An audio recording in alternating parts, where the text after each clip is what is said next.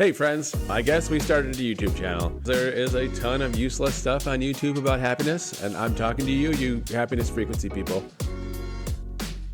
There really is a ton of actually useful, basic happiness research out there that you can use. So our goal is to get the real, practical science out there, out of the academic journals and into YouTube.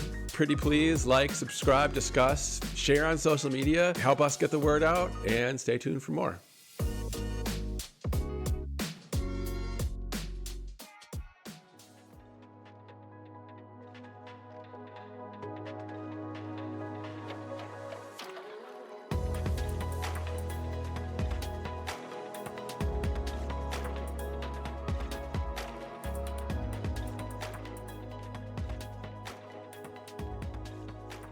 So let's start by defining what we mean by love, because history and science definitely do not converge on romantic love as a source of lasting happiness, as you maybe could guess.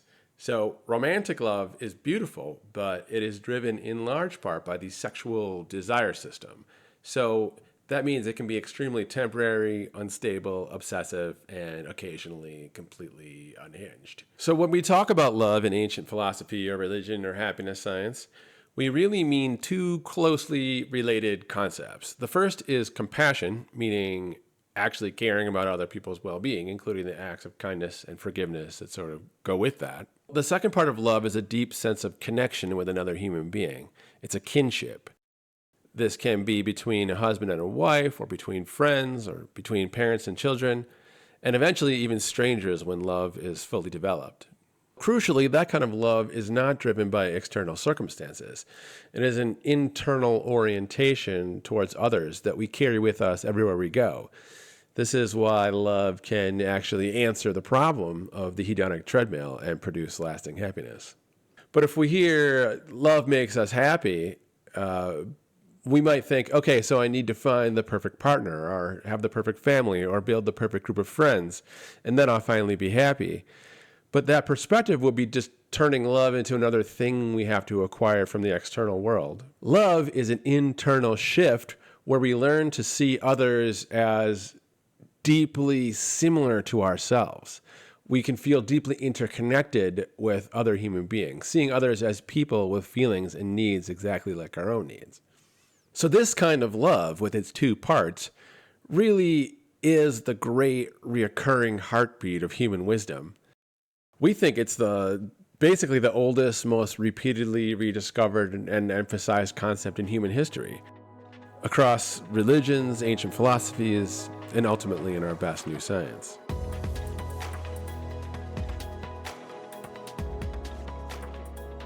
The concept emerged in the historical record basically as soon as it could have. As soon as people developed the information technology called writing, they were writing about love. The first writing system was cuneiform in Sumerian Iraq. This is where our definition of love really enters the written record. It appeared here in a word arhus, meaning something like compassion or mercy in cuneiform.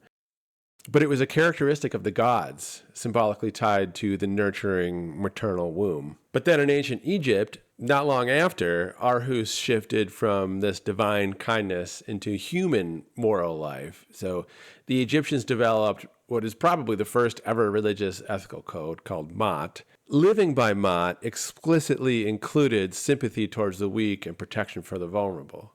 So that means that for the first time, love was essentially woven into the moral architecture of human culture. Then Hinduism makes this kind of love for others much more expansive. So with concepts like daya, meaning compassion, or non-harming, the ancient Hindus extended love beyond family or tribe to all sentient beings. So in most versions of this tradition, even insects were included in that moral circle.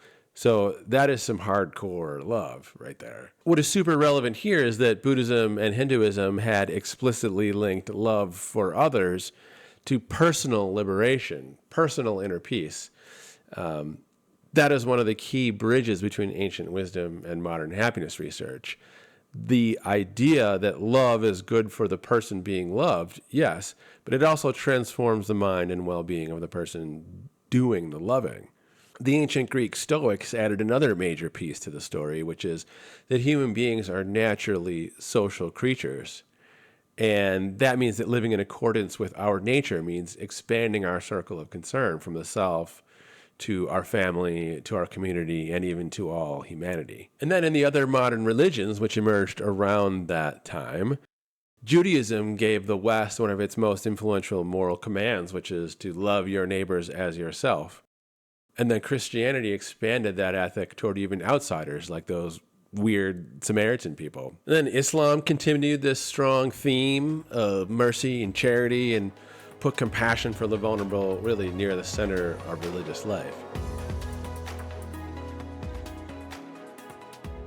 So the next part of the story of love really concerns modern science. So here, compassion and kindness are huge, but in psychology, love often appears as a second form of love.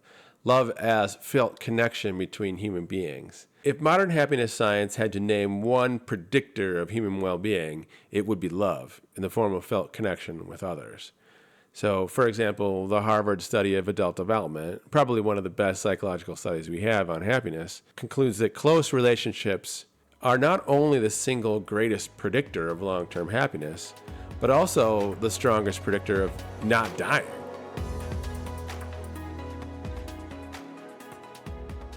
Right, so why is this? Why is love so powerful when it comes to lasting happiness? So the first key point is that love can be cultivated.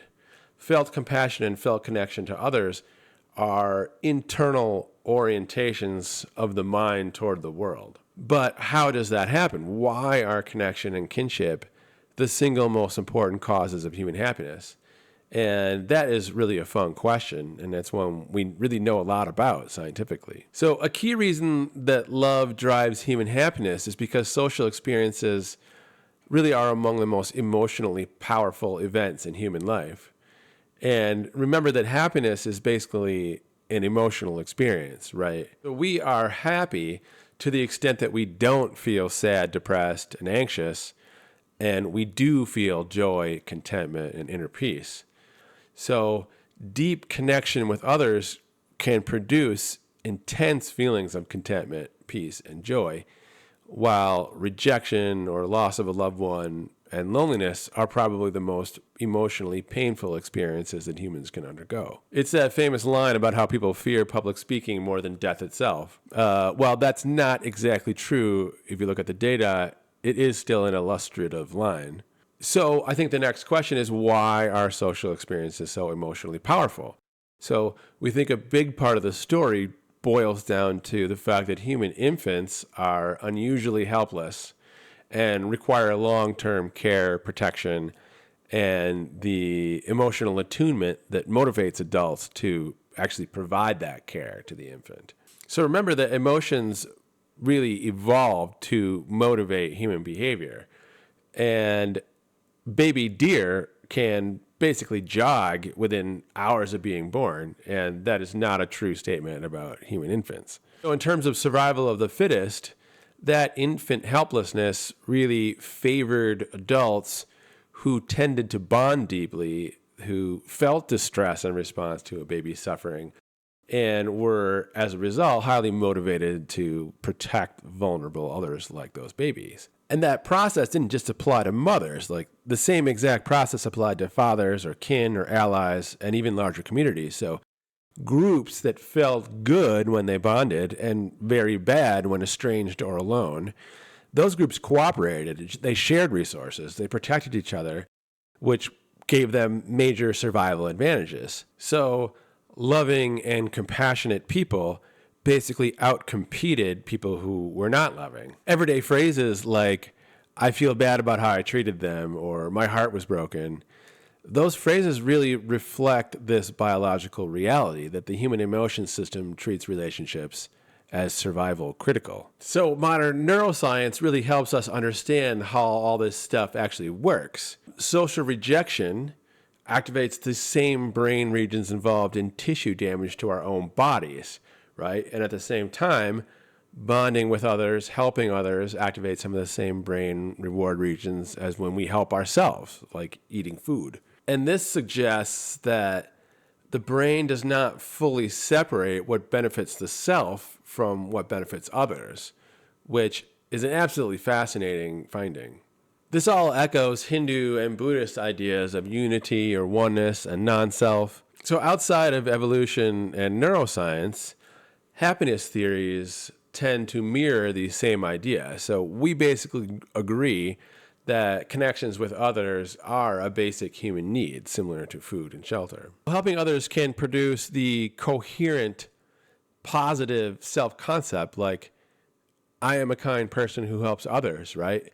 It can also create this sense that one is living a meaningful and valuable life. Compassion and kindness can create a sort of upward spiral where kindness deepens connections with other people, and then those deeper connections can increase motivation and the opportunity itself to care for others, and the cycle sort of repeats. So, taken together, love as these two components of kindness and connection seems to be a super powerful force that really can sustain lasting happiness. So now that we've tried to give some background on humanity's two best ideas for how to get happy, our next video series will tackle the next critical question of how to actually use those ideas to get happy.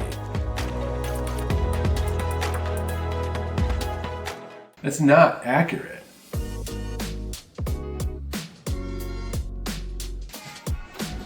Oh shit, you really shouldn't be moving this.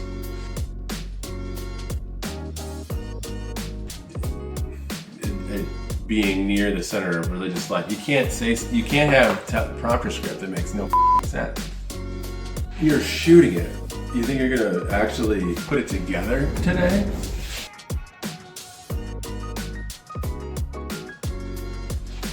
It's not good. I don't like it. In psychology, love often appears as the other side of the love coin, as felt connection. So that doesn't make any sense.